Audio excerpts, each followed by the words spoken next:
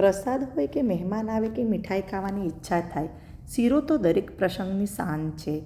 ઓમ સાંઈરામ મિત્રો, રાંધણીમાં આપ સૌનું હાર્દિક સ્વાગત છે.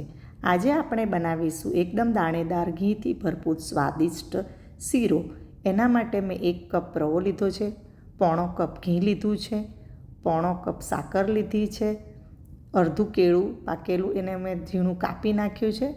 એના સાથે મેં 10-12 કિસમિસ લીધી છે, 1 ચમચી ઇલાયચી પાવડર લીધો છે, અને આ કાજુ બદામ અને પિસ્તાને મેં બારીક કાપી નાખ્યા છે, ચોપ કરી નાખ્યા છે, અને અડધો કપ દૂધ અને અડધો કપ પાણી લીધું છે. એને બંનેને આપણે મિક્સ કરી નાખશું અને ગરમ કરીશું. એના અંદર મેં થોડા સેફ્રોનના દાણા નાખ્યા છે, કેસરના દાણા નાખ્યા છે. તમારા પાસે હોય તો તમે નાખો, આ ઓપ્શનલ છે. હવે આપણે ગેસ ચાલુ કરી દઈએ અને પેન મૂકી દઈએ. એના અંદર આપણે રવાને સૂકો જ શેકી નાખીએ, જેથી એનો કાચો સ્વાદ દૂર થઈ જાય અને શીરો વધુ સુગંધિત, દાણેદાર અને ટેસ્ટી બને છે. અને સ્વાદ સાથે ટેક્સચરમાં પણ ખૂબ જ સારો આવે છે. આપણે હવે ધીમા તાપે એને શેકી લઈશું. 5 મિનિટ માટે એને શેકી લઈએ. 5 મિનિટ થઈ ગઈ છે. હવે આપણે એના અંદર ઘી નાખી દઈએ અને પછી ઘી નાખીને પણ આપણે સરસ હલાવતા રહીએ. ગોલ્ડન થાય અને સુગંધ આવે ત્યાં સુધી એને સરસ રીતે શેકી દઈશું, જેથી કરીને શીરો દાણેદાર અને સ્વાદિષ્ટ બનશે. તમે આવી રીતે બનાવીને એકવાર ટ્રાય કરો. ખૂબ જ સરસ સુગંધ આવી રહી છે, તમે જોઈ શકો છો.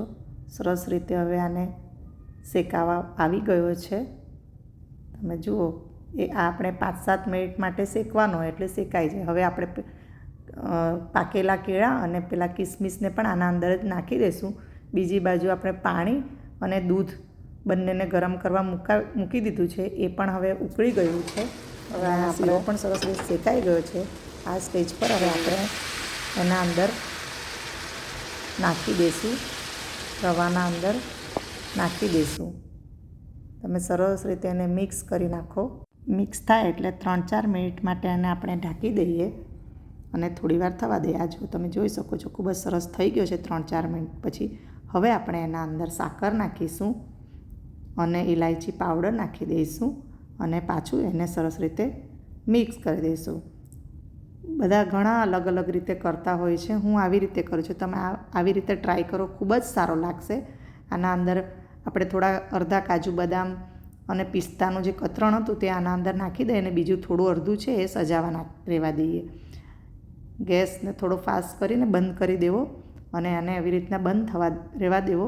2 મિનિટ પછી તમે જોઈ શકો છો, યમ્મી શીરો તૈયાર થઈ ગયો છે અને ખૂબ જ સારો લાગે છે. તમે પ્રસાદમાં પણ એને સર્વ કરી શકો છો કે કોઈ મહેમાન આવે ત્યારે પણ તમે બનાવી શકો છો. અને ખૂબ જ હેલ્થ માટે પણ આપણા ઘરનો બનાવેલો શીરો ખૂબ જ સારો છે. તમે જરૂરથી ટ્રાય કરજો અને એન્જોય કરજો. અને મારી રાંધણીને લાઈક, શેર, સબસ્ક્રાઈબ કરજો. આવજો. ખૂબ જ સારી સ્મેલ આવી રહી છે. હવે આપણે આ શીરાને ખાઈએ. Thank you.